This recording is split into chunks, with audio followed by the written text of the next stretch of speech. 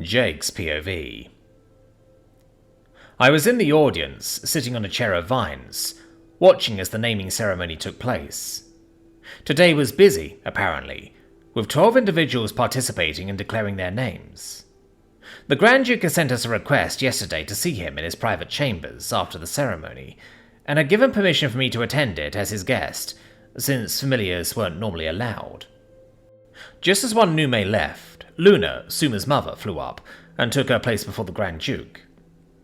He was sitting on what looked to me like a golden wood pillar, reminiscent of a throne. She landed on a perch in the center of the room and spoke. "My name is Luna, and I reside in Count Thacoma Isbala's domain." "Tell me, Luna, who was it that gave you your name?" the Grand Duke asked. "My name was given to me by a human called Jake, known to the court as Sentinel." A series of quiet groans echoed in the room, to my confusion.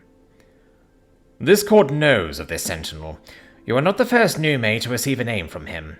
For what reason did he give you this name?" he asked. "It was at the request of my daughter and his master, Suma." Nearby, I heard several Nume scoff, and one mumbled, "You've got to be kidding me. Again?" "It seems you have made quite the impression, Jake," Suma said, using our private connection. "I thought that might be the case. Thank you, Luna. You have been seen and your name is recognized by the court. A record of your name shall be made and stored in the city's library. You may take your leave." "Thank you, Grand Duke." With that, she flew out of the ceremony hall and was escorted to the waiting area with the others. Suma and I stayed to watch the rest, which lasted another 20 minutes for 6 more Nume. Grand Duke Sopra took his time with some, asking one Nume 15 questions before sending him out. But finally, we all met together again outside the waiting area. "Congratulations, Mother," Suma said, landing beside her. "Thank you, Suma, and you as well, Jake. I have not been this happy since the day Suma hatched," Luna said, her voice high and cheerful. She reminded me a lot of my own mum, but, smaller, and a bird nymph. The sounds of wing beats behind me drew my attention. "Are you Jake, the familiar called Sentinel?" A brownish-blue Nume, only slightly larger than Suma, hovered in the air, beating his wings furiously to stay in place. "I am." "Please follow me to Grand Duke Sopra's chambers. He is waiting for your meetings." Suddenly, he pivoted and darted down a hallway. "Oh, yeah. Okay," I said, and Suma landed on my shoulder, followed by Luna on my other. Even with the both of them, I hardly noticed any weight. Together, they probably weighed less than 3 kilograms. Walking there, I noticed the little Nume shake his head, land on the ground, and sigh lightly. "Everything all right?" "Yes, I am fine. Please take your time." "Jake, perhaps it would be best if Mother and I flew ahead and summoned you to us." "The Grand Duke is a busy Nume. We should not keep him waiting for long," Luna added. "Oh, yeah. That's probably smart. But actually, I want to try summoning myself. I've been trying to remember the feeling of when I did it in the desert, and I wanted to give it a go." "A fantastic idea. We will see you in a moment then," Suma said, and flew off my shoulder with Luna. The Nume guiding them once again took off, and they all were out of sight less than 2 seconds later. 15 seconds later, Suma told me that they'd arrived. Closing my eyes, I recall what Zachariah told me in that void 5 months ago. To picture the red string that bound me to Suma, and pull on it while inverting the spell. In my mind, that string appeared, and I took a hold on it while using my mana. However, as soon as I tried pulling on it, my shoulder burned like someone had struck me with a fire poker. Pulling up my sleeve, I saw the magic circle tattoo on my arm was glowing in necrotic black, and the skin around it was seared like cooked steak. "Jake, what was that?" Suma asked over our connection. "Everything began to get dark, and I somehow felt it was you who was causing it. Then it suddenly stopped." "Suma, I think you need to summon me. I guess I don't quite have the inversion thing down yet. Also, I could use a healing spell," I told her, clutching my burnt arm. The pain was as bad as the time that wyvern's fire breath cooked my elbows and fingers. Somehow, it was even worse than when I lost my hand. Everything faded to black, and I reappeared in the Grand Duke's chambers. "Jake," Suma said, seeing my shoulder, and immediately cast a healing spell on me. Slowly, my shoulder uncooked itself, and the pain went away. "What happened?" the Grand Duke asked, sounding concerned. He was standing on a table, next to Suma and Luna. "Were you attacked?" "No. I don't know what that was. All I did was try to summon myself. Must have really messed something up. My tattoo even glowed." "It looks like what happened when Deja," Suma said, then went quiet. "No, never mind." "It's fine. I was thinking about that too."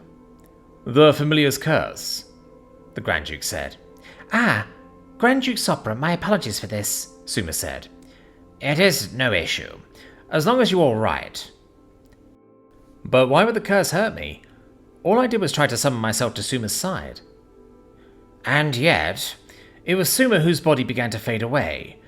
By performing the summoning spell incorrectly and in reverse, the curse must not have been able to distinguish between an accident or an attack, thus punishing you accordingly."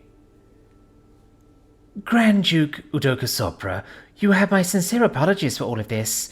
We have been so rude. Despite being in your presence for so long, none of us have greeted your grace properly," Luna said, bowing to the Duke with her wings spread wide.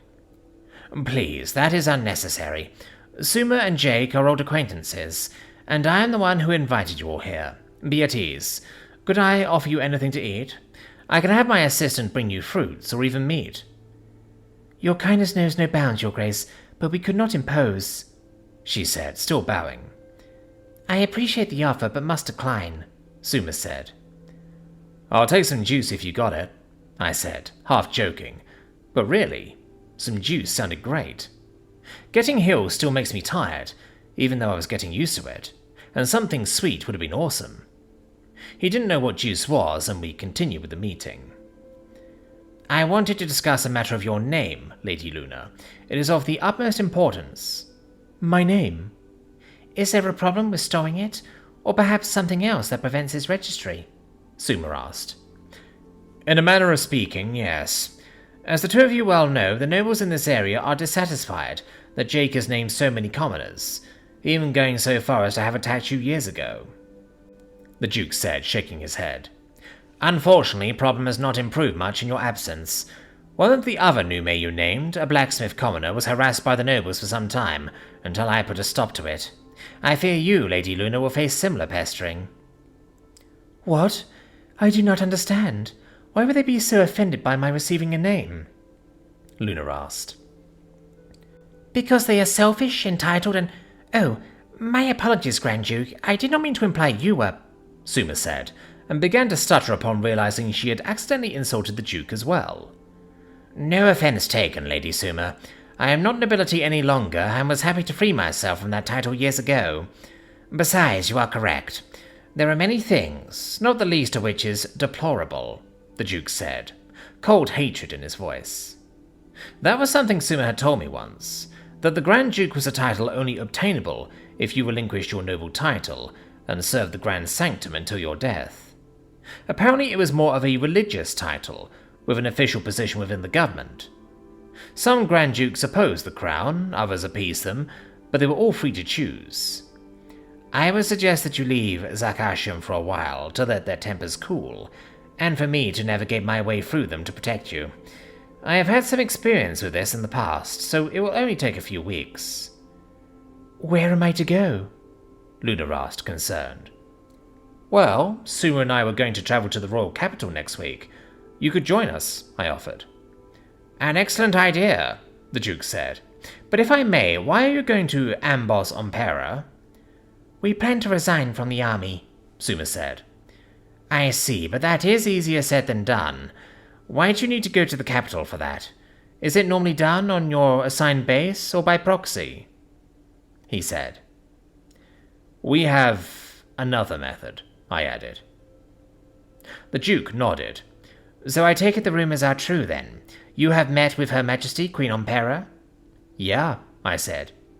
"You met the Queen?" Luna nearly shouted in surprise.